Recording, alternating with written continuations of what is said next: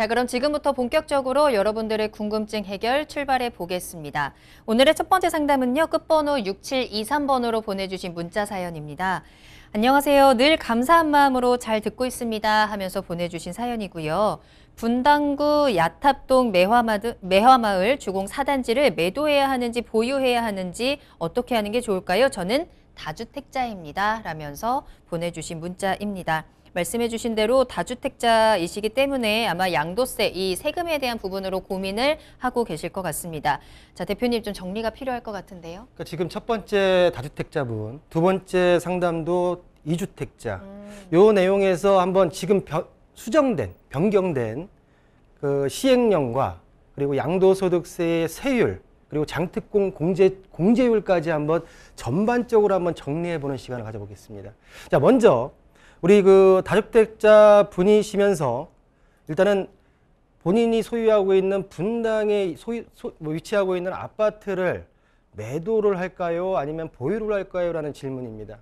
일단 분당 아파트라고 하면 일기 신도시 내의 아파트로서 이 지금 시청자님의 어떤 자산 포지셔닝이 어떻게 구성되어 있는지는 모르겠지만 우리가 일반적인 사람들이 봤을 때는 분당의 아파트를 지금 이렇게 호재가 많은데 왜 팔아? 라고 얘기할 수 있다고 좀 생각이 드는데요. 각각의 부동산의 어떤 처해 있는 상황이 틀리다 보니까 상담 내용이 굉장히 다양하고 틀립니다. 일단은 문의하신 분당 아파트에 대해서 한번 보겠습니다. 자, 야탑마을 주공 4단지입니다. 야탑역에서 한 1km 내외 거리에 좀 떨어져 있고요. 그리고 주변에 보게 되면 버스터미널, 차병원 등등해서 학원, 초중고가 밀집되어 있는 생활하기 편리한 지역, 일기 신도시 내에 위치한 아파트다라고 말씀드리겠습니다. 자, 지도를 연 김에 이 지금 야탑역 인근에 좀 유심 있게 봐야 될 아파트를 한번 제가 말씀드린다고 하게 되면 5단지 탑 동아, 그리고 8단지 탑 마을 주공 아파트 8단지, 그리고 지금 의뢰 상담하신 주공 4단지, 그리고 위쪽에 주공 3단지, 그리고 매화마을 공무원 1단지 아파트, 그리고 바로 옆에 현대 아파트를 좀 중점적으로 또 매수자 입장에서 한번 보실 필요가 있다라고 한번 전체적인 한번 큰 틀을 한번 말씀을 좀 드리겠고요. 자, 그 중에서 의뢰하신 매화마을 주공 4단지 아파트의 개별적인 특성을 보겠습니다. 자, 본 아파트 같은 경우에는 1993년도에 3년도에 준공이 완료됐고요. 일기 신도시 아파트입니다. 올해 연차가 30년 차, 재건축이 가능한 아파트죠. 이제 준공 연수가 됐습니다. 자, 용적률이 133%, 그리고 건폐율이 13%, 굉장히 양호한 용적률과 건폐율을 보이고 있다라고 말씀드릴 수가 있겠고요. 자, 단지 보시는 대로 15평대와 17평대 두 개의 평형대로 되어 있기 때문에 전반적으로 재건축을 진행하는 데 있어서 사업 속도를 빨리 낼 수 있다. 그만큼 이해관계에 계신 세대수원의 이해관계를 생각할 방법론에 있어서는 좀 더 빨리 갈 수 있다라는 좀 평형대의 모습을 보이고 있고요. 자, 전반적으로 주변의 아파트들 같은 경우에 입주 시기 세대수를 볼 수 있을 텐데요. 자, 보시는 대로 지금 의뢰하신 아파트 같은 경우에는 600세대 이상이 되고요. 위쪽에 지금 3단지 같은 경우에는 800세대 이상의 세대수를 보이고 있습니다. 자, 평당 가격을 보겠는데요. 주변에 지금 현재 매화마을 같은 평당 지금 거의 4천만 원 육박한 3,800 정도, 위쪽에는 3,600 정도. 제가 말씀드렸던 동아탑 같은 경우에는 5단지 3,900 정도에 형성되어 있어서 한 4천만 원대에 형성되어 있다라고 볼 수가 있겠고요. 자, 그러면 일기 신도시에 한참 이슈가 되고 있죠. 용적률이 얼마만큼 완화가 되고 재건축에 대한 안전진단이 얼마만큼 완화가 될 것인지, 그리고 분양가 상한제의 적용이 어떻게 될 것인지에 대해 굉장히 초미의 관심사를 갖고 있습니다. 자, 보시는 대로 전반적으로 용적률을 봤을 때 그래도 일기 신도시 중에서 분당 지역과 일산 지역이 그래도 재건축에 좀 용이한, 현재로서는 용이한 용적률의 포지션을 가지고 있다라고 말씀드릴 수 있을 텐데요. 지금 현재 매화마을 4단지 같은 경우에는 용적률 133%, 바로 위에 있는 주공 3단지 같은 경우는 101%서 제가 볼 때는 3단지, 4단지 모두 재건축의 사업성이 용이하다라고 말씀을 드릴 수가 있겠습니다.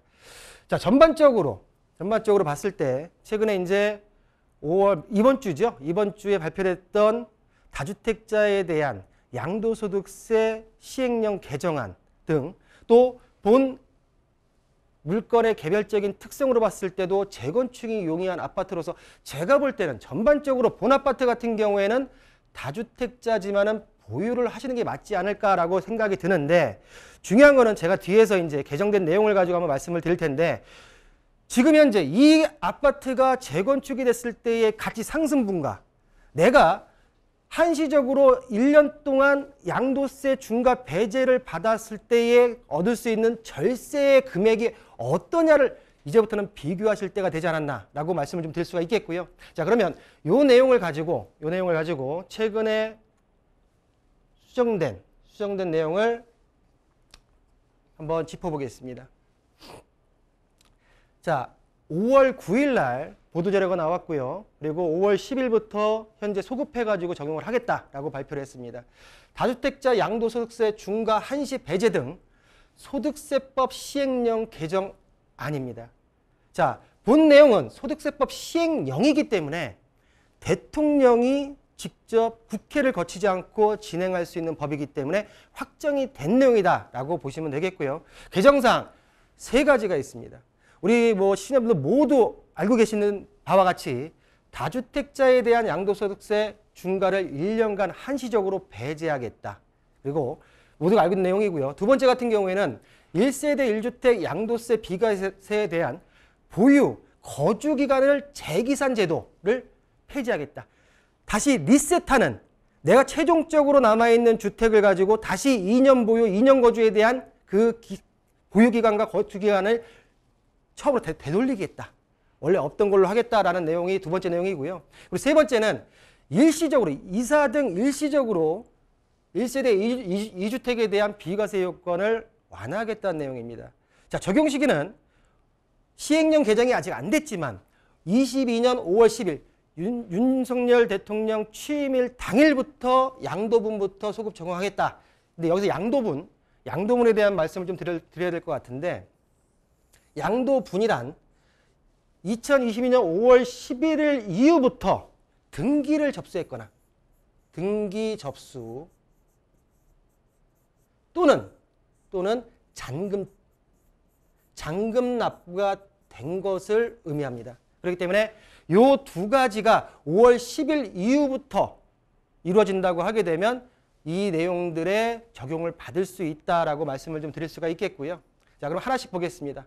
자, 다주택자 양도소득세 중과 1년간 한시 배제 보시는 대로 기존의 조정 대상 지역 보유기간 2년 이상의 조정 지역 내 주택 같은 경우에는 5월 10일부터 2023년도 5월 9일까지 한시적으로 기본세율 및 장기보유 특별공제 기본세율 6%에서 45%까지 다른 말로는 누진세율이라고도 말씀을 드릴 수가 있습니다. 다음 페이지 나올 텐데요. 또 장기보유 특별공제를 적용을 시키겠다.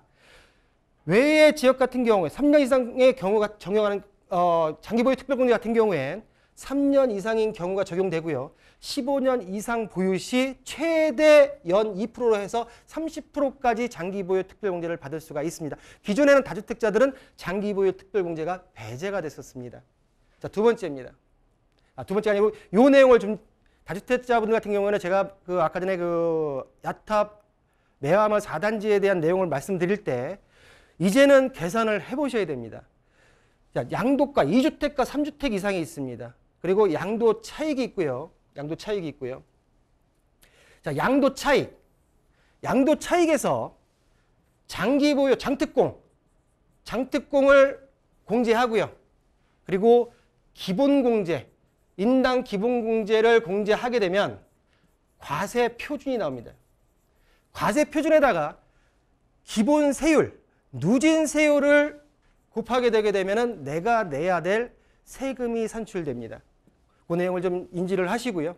자, 보시는 또 가장 중요한 건 뭐냐면 양도 차익이 이만큼인데 보유기간은 이렇게 했습니다. 자, 2주택자 같은 경우에 개정 현행 중과됐을 경우와 개정에서 중과가 배제됐을 경우에 실질적으로 중과 대비해서 1억 4천 정도, 1억 3천 950만 원이 절세 효과가 있고요. 아래 같은 경우에는 3억 2,250만 원의 절세 효과가 있습니다. 자, 3주택자 같은 경우에는 현행 3억 2,285만 원의 양도세를 내야 하지만 한시적으로 중과 배제가 된다고 하게 되면 약 1억 8,900만 원 정도의 절세 효과가 있다. 그리고 양도차익이 10억, 지금 보시는 대로 10억 원의 경우에는 6억대의 양도세를 중과가 됐었지만은 실질적으로 개정 후에는 4억대, 4억 2,525만 원의 보시는 대로 양도세의 절세 효과가 있다라고 말씀을 드릴 수가 있는데요. 이 내용을 가지고 제가 지금 현재 2주택자나 3주택자분들 말씀드리고 싶은 것은 뭐냐면 내가 가지고 있는 집의 가치에 대한 거는 분석을 해봐야 됩니다. 그렇지만 지금 현재 내가 보유하고 있는 매도하고 싶은 처리를 할까 말까 고민하고 있는 물건 같은 경우에는 주변 세무사에게 상담을 요청하셔서 실질적으로 내가 중과됐을 때와 중과 배제됐을 때에 과연 어느 정도의 절세 효과가 있는지 그 절세 효과의 금액을 가지고 그 물건의 미래 가치와 비교를 하셔야 된다라고 말씀을 좀 드릴 수가 있겠고요. 자, 두 번째 내용입니다. 자, 보시는 대로 리셋 폐지입니다. 기존에는 2021년도 1월 1일부터는 3주택자 같은 경우에 A 매도, B 매도 후 C주택이 하나 남았을 때 다시 2년 보유, 2년 거주에 대한 요건을 충족해야지만 비과세 혜택을 받을 수 있었지만 다시 원래로 돌아가서 둘 다 매도했다 하더라도 C주택을 예전에 2년 보유, 2년 거주에 대한 요건을 충족했다고 하게 되면 바로 즉시 비과세 혜택을 받을 수 있는 법 개정이 되었다라고 말씀을 드릴 수가 있겠고요. 자, 세 번째입니다. 자, 이사 등으로 인한 일시적 1세대 2주택에 대한 비과세 요건입니다. 자, 보시는 대로 모두 조정 대상 지역일 경우에 12.16 대책 이후에 1년으로 신규주택을 취득한 시점에서 1년 안에 종전주택을 매도해야지만 종전주택에 대한 비과세 혜택을 받을 수가 있었는데 그 기간을 2년으로 완화하겠다라는 내용을 세 번째로 들었고요. 여기에다가 제가 일단은 표현하고 싶은 건 뭐냐면 보완이 돼야 됩니다.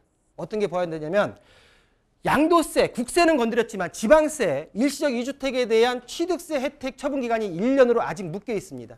이것도 지금 행안부에서 검토를 진행한다라는 내용을 좀 들었고요. 또한 두 번째, 주택 구입을 위해서 주택담보대출을 받은 후에 6개월 내에 전입 의무를 해야지만 한다는 내용이 있기 때문에 이것도 한번 건드릴 필요가 있다. 마지막으로 세 번째, 아직 종부세 같은 경우에도 일시적 2주택 같은 경우에도 모두 공시가를 더하기 때문에 이 내용 같은 경우에도 한 번쯤 보완할 필요가 있다라고 말씀드릴 수가 있겠고요. 전반적으로 1번 같은 경우에는 한시적 배제 같은 경우는 대부분의 우리 시청자분들이 알고 있던 내용이었고요. 2번과 3번 같은 경우에는 좀 더 우리 매물 잠금 현상을 풀 수 있고 그리고 무주택자분들에게 좀 더 내가 원하는 지역에 기존에 매물이 없었다고 하게 되면 좀 더 매물에 있어서 공급의 폭이 넓어질 수 있는 전반적으로 괜찮은 시행령이 나왔다라고 말씀을 드리겠습니다.